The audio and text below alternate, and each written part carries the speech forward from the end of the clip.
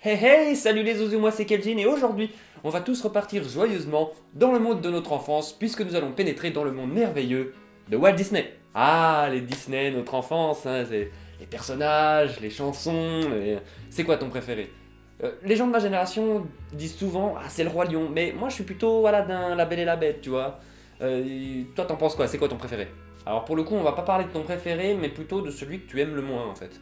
Je n'aime pas du tout la direction dans laquelle cette émission est en train de partir. Je sais, mais bon, on n'a pas trop le choix. Au départ, je te rappelle, c'est pas mon idée, mecton. Hein. Aujourd'hui, mes petits amis, vous n'y échapperez pas, il n'y a pas de bon film à l'horizon. Il va être là pendant toute l'émission, lui. Écoute-moi bien, petit. Je suis condamné à la chaise électrique dans une vingtaine de systèmes. Alors joue pas au héros. Oula, t'arrêtes de te la péter tout de suite avec tes répliques de Star Wars, là. Je rappelle, ici, c'est moi l'expert en réplique, ok? Ah oui? Et comment est votre dope? Elle est bonne. Oh, vos gueules, là, la putain de ta grand-mère, ok? Donc vous vous calmez les deux, sinon c'est intégral de Twilight pour tout le monde. 2 fois. Ok. Même pas peur. Fil rouge. Non mais, il est vraiment parti mater Twilight là 2 fois. On dirait bien. Bon, on prendra de ces nouvelles plus tard. J'en étais où, moi? Walt Disney, chanson, princesse en robe, tout ça. Ah oui, voilà, c'est vrai. Donc oui, je disais, on parle pas souvent du Disney qu'on aime le moins. C'est vrai que c'est pas commun, parce que la plupart des films d'animation de Disney sont très bons. En tout cas, jusqu'à une certaine époque. Et il y en a un en particulier, par contre, que je n'ai jamais pu blairer. Et c'est le thème de cette émission. Oui, sinon, c'est un peu hors sujet. Exactement, et le Disney en question, c'est Cendrillon. Cendrillon est donc un film d'animation américain sorti en 1950 par les studios d'animation Walt Disney et s'inspire librement des contes de Charles Perrault et des frères Grimm. Il a été à l'époque très important pour le studio puisqu'il devait renflouer les caisses et renverser une situation financière difficile. Le film est très similaire dans la forme au premier film des studios, à savoir Blanche-Neige, mais je sais pas, il y a quelque chose qui bloque. En tout cas, j'arrive pas du tout à adhérer au film, il est trop sage avec au final assez peu d'enjeux. En plus, j'ai toujours trouvé que l'histoire s'articulait autour de Cendrillon, mais qu'elle n'avait aucun impact sur l'histoire. C'est une victime tout le long du film, ou à minima complètement passive à ce qui lui arrive. Et en plus, j'ai jamais aimé les chansons du film. Mais bon, vous en doutez, on n'est pas là pour parler du film d'animation. Non, aujourd'hui, on va parler d'un autre Cendrillon. Petits et grands, accrochez-vous bien, car aujourd'hui, dans Séance vers le futur, nous descendons dans le terrier du lapin blanc. Dans un monde étrange, aux règles narratives obscures et aux choix artistiques particulièrement douteux. Vous qui pénétrez ici, abandonnez tout espoir, car aujourd'hui, dans Séance vers le futur, c'est Cendrillon. Le film live.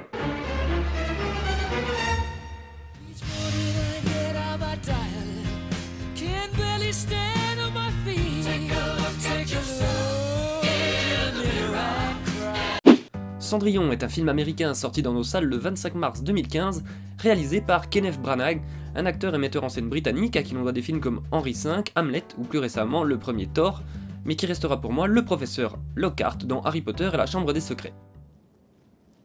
Bonjour. Qui es-tu? Ce remake du film d'animation s'inscrit dans une logique récente de la part de Disney de réadapter ses grands classiques en live. Et d'ailleurs, ça me fait penser que j'ai très envie de voir ce que donnera le remake du Livre de la Jungle par Jon Favreau.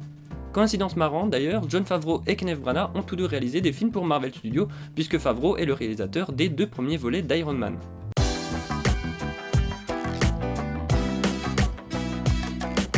Salut les petits potes, moi c'est le double et je suis très content de vous accueillir ici parce que je commence ma première émission dans l'émission et ça va s'appeler La séance de trop. Et aujourd'hui on commence au beauté avec Twilight. Et j'aime autant vous dire que ça va être chaud. Alors sortez la vaseline et écartez les plus jeunes, ça va être hot.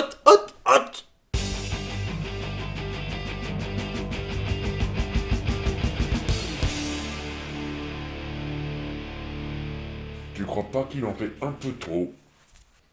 Très bonne question. Bon alors fondamentalement, ce film suit de manière très proche le scénario du dessin animé, donc si vous l'avez déjà vu, vous n'allez rien découvrir de ouf. Ceci dit, ça commence quand même avec un élément absent du film d'animation, c'est-à-dire l'enfance de Cendrillon où l'on fait la connaissance de ses parents. Enchanté. On retrouve ses amis les petites souris qui parlent et on apprend également que notre héroïne a un vrai prénom, puisqu'elle s'appelle en réalité Ella.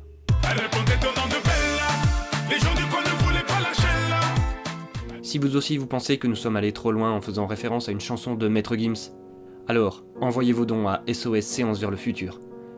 Mais genre ouais, plein de sous quoi. Bon, très vite, sa mère chope une maladie incurable et meurt. Ah bon? Elle est bretonne? Mais pourquoi tu sors une réplique du dîner de con à ce moment-là? Enfin, ça n'a pas de sens, c'est hors contexte là. Bah je sais pas, moi j'essaye de joindre votre délire, c'était le jeu des citations avec l'autre, donc moi j'essaye de m'intégrer là dans le groupe, on fait plus rien ensemble, et puis de toute façon à l'école on me choisissait jamais au sport, et puis les camarades ils étaient tous plus grands que moi, pas juste. Sauf que voilà, Ella est une petite fille courageuse et elle prend la vie du côté Coca-Cola. Elle grandit pour devenir une jolie jeune femme pendant que son papa, lui, de son côté, vieillit et se dit que ça serait pas plus mal de se remarier pendant qu'il peut encore lever de la belette. Pour le coup, c'est assez peu orthodoxe ta manière de raconter Cendrillon. Ouais, je sais pas. Attente, une nouvelle approche, un peu plus trash, un peu plus décalé, tu vois. Non, parce que si je la raconte normale, ça va se faire un peu chier quand même. Surtout que tout le monde connaît l'histoire de Cendrillon ici. Non, moi j'ai pas vu Cendrillon. Mais voilà aussi, avec des singes comme ça. Qu'est-ce que tu veux faire? Moi je sais ce que tu peux faire. Prendre les 4 bouquins de Twilight. Tu vois, tu les plies en 15, tu te les tailles en pointe, tu t'étales du beurre, de la margarine ou tout autre produit lubrifiant dessus et tu te les enfonces bien profond. Pas besoin de me le garer dans le trou de balle, c'est déjà de la merde. Exactement. Et là c'est parti pour le deuxième film. Wouh, on va s'éclater. Je pense qu'on devrait quand même appeler SOS médecin, histoire d'être sûr, parce qu'il commence à m'inquiéter là, on sait jamais, hein, il pourrait faire une connerie. Hein, non, me laisse tomber, non. Je le connais, il fait son intéressant, c'est bon. Moi ce que j'en dis de toute façon. C'est alors qu'on fait la connaissance de la vénéneuse marâtre Lady Tremaine, interprétée pour l'occasion par Cate Blanchett. Ouais, ça me paraît bizarre comme choix de casting parce que personnellement j'ai toujours imaginé Tremaine plus vieille, plus acariâtre et plus moche. En même temps c'est l'image du dessin animé quoi. Mais bon, pourquoi pas à la limite, surtout que vous allez voir niveau casting plus tard, on n'est pas au bout de nos surprises. Enfin bref, après ces quelques réjouissances, le papa d'Ella s'en va en voyage et c'est là que les affaires se gâtent pour elle. Ses deux belles sœurs, Anastasia et Javotte, lui piquent sa grande chambre et elle finit dans le grenier, toujours avec le sourire, et toujours accompagnée bien sûr de ses petites souris qui parlent. Mais... Non, rien. Juste un point zoologie. Je suis pas expert, hein. Je peux me planter. Mais j'ai vérifié, une souris des champs, ça vit en moyenne entre 3 et 4 ans. C'est les mêmes souris que depuis qu'elle est toute petite. Ça fait 20 ans. Je me dis, c'est peut-être une race de rats mutants ou je sais pas, qu'entraînent des tortues ninja peut-être. Ou alors ce sont des souris qui parlent. Du coup, le film n'en a rien à foutre d'être cohérent là-dessus. Oui aussi, oui. Mais ça reste très con quand même. La suite, vous en doutez, le papa d'Ella ne va pas revenir. Apparemment, il a eu un accident et lui aussi est décédé. Encore une victime de la Bretagne.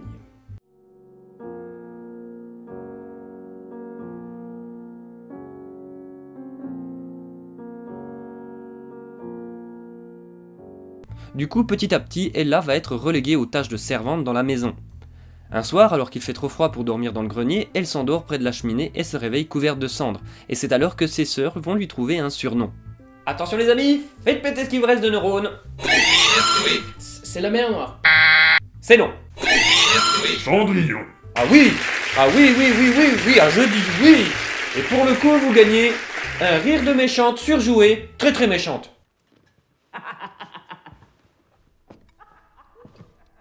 Bon, à force d'humiliation, Cendrillon s'enfuit de chez elle. Elle s'installe dans une petite ville et lance sa propre start-up. À force de courage, de travail et d'abnégation, elle parvient à croître malgré la mauvaise conjoncture économique et deviendra la première femme à apparaître au classement Forbes de 1854, écrira même un recueil de nouvelles dans lequel elle explique comment comprendre le langage des souris mutantes en images de synthèse. Bon, j'ai rien contre le fait que tu modifies l'histoire à ton bon vouloir, mais comme tu l'as dit un peu avant, tout le monde ici connaît l'histoire de Cendrillon. À part lui. Donc du coup, je pense que tu devrais vraiment t'en tenir à l'histoire de base. Ouais, je sais, non mais... Elle est chiante, l'histoire principale aussi, En plus, là, on va avoir droit au prince charmant, là. Eh oui, c'est comme ça. Ouais, je me console en me disant Claude passe un moment encore pire que moi, quoi. Épisode 3. Épisode 3.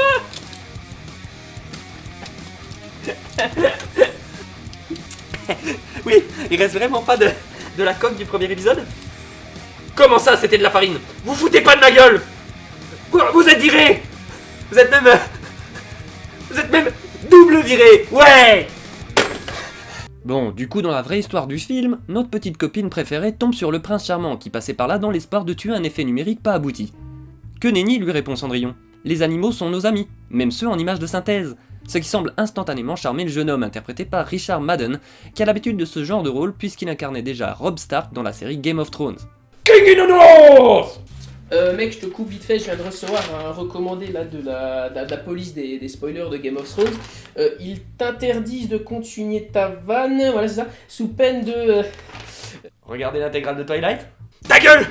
Je te jure, ferme ta gueule! Tu crois que c'est amusant? Tu crois que je m'éclate là? Hein? C'est quoi? Tu veux entrer en conflit avec moi? Tu veux te battre? C'est ça? Tu veux te battre? Ah! Docteur, c'est grave? Oui, alors bon, rien de bien grave, hein, c'est ce qu'on appelle couramment dans le milieu un petit syndrome de stress post-traumatique, donc voilà, hein, je vais prescrire un petit peu de sommeil, 2-3 suppos, une cure de Steven Seagal et tout va rentrer dans l'ordre. Hein. Bon, du coup, Cendrillon s'en va et laisse le prince sans même lui laisser son lume.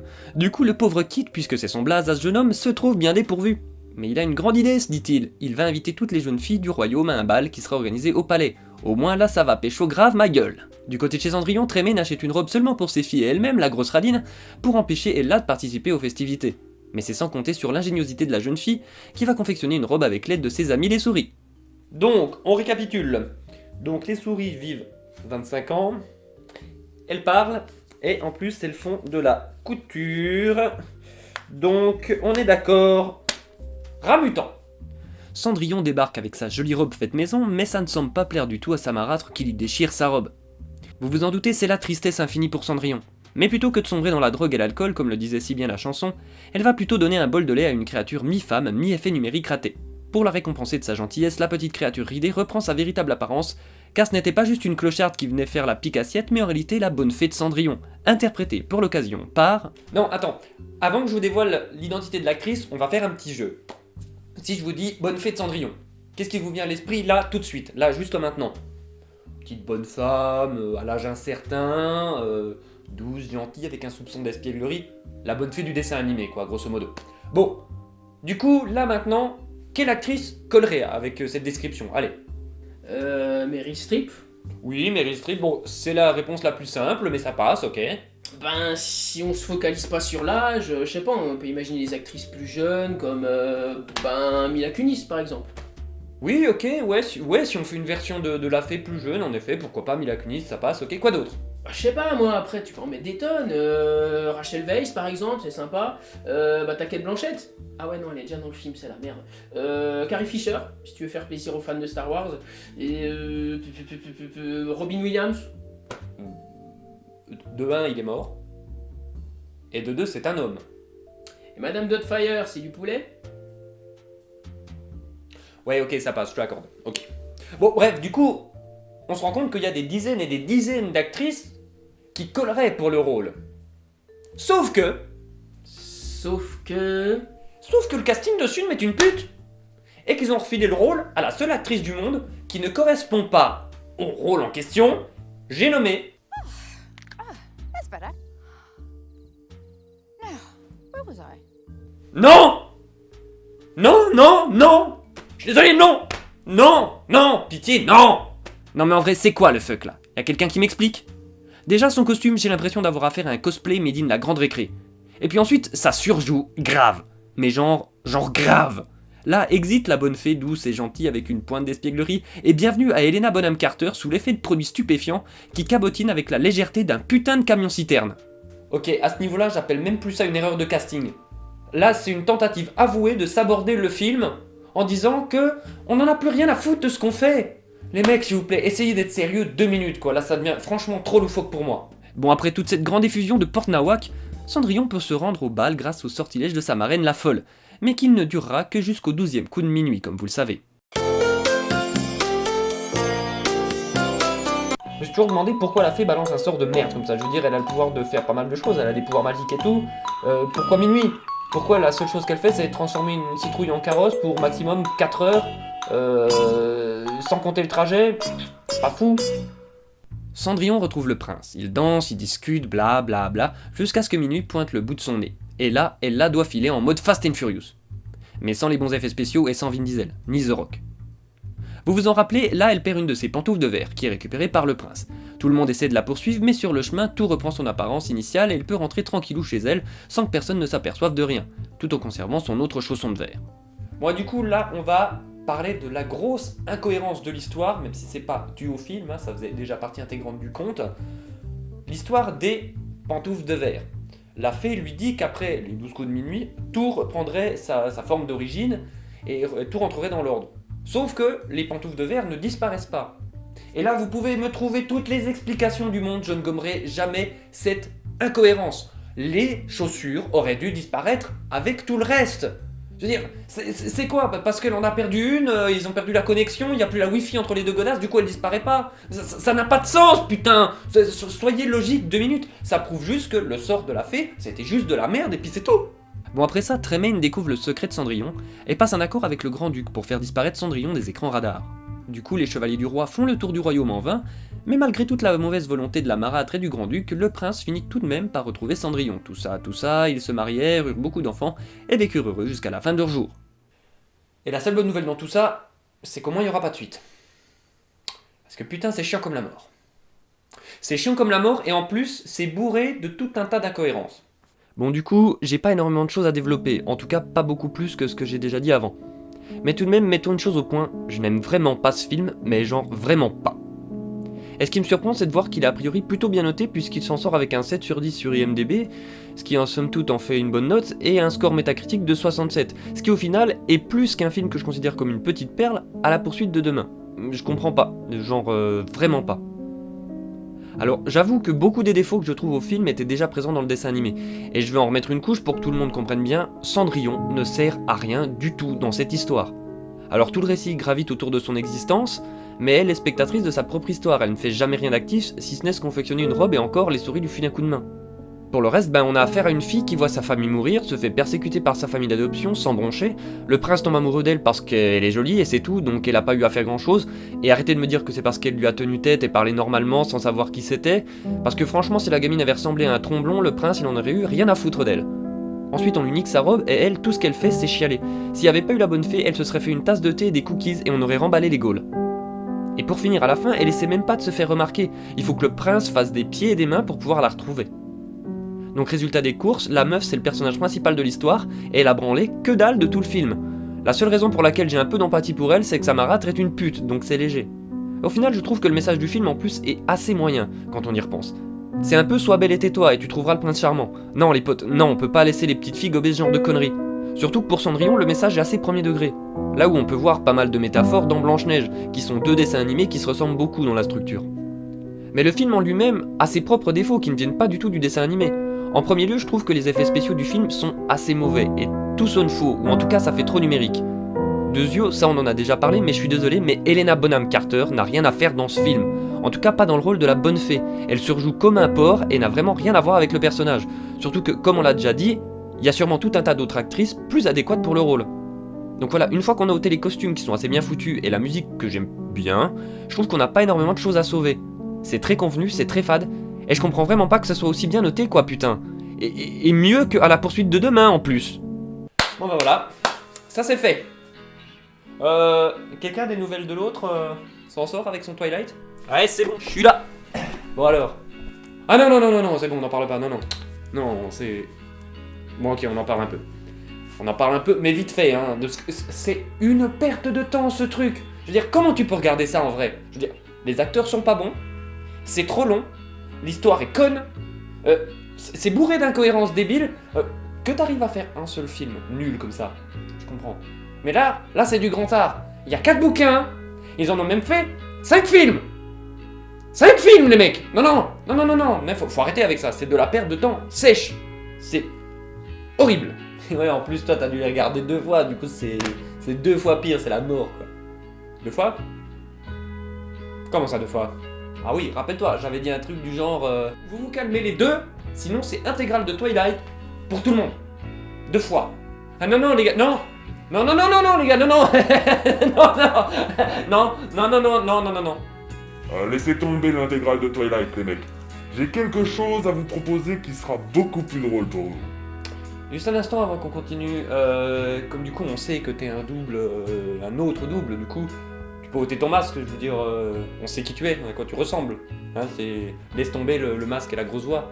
Ah, il a pas tort. En boulot les boudous. Voilà mon vrai visage. Remets le masque, j'aimais mieux l'autre en fait. Voilà. Alors, avant que vous ne m'interrompiez, j'étais en train de vous dire que j'avais un film qui pourrait totalement nous divertir dans le cadre d'un prochain épisode. Et en plus, ça tombe bien, vous connaissez déjà le réalisateur de ce film. Ah bon? Un film de qui? Paul W.S. Anderson. Non. Non. Non, pas lui. Pas lui, putain. Papa!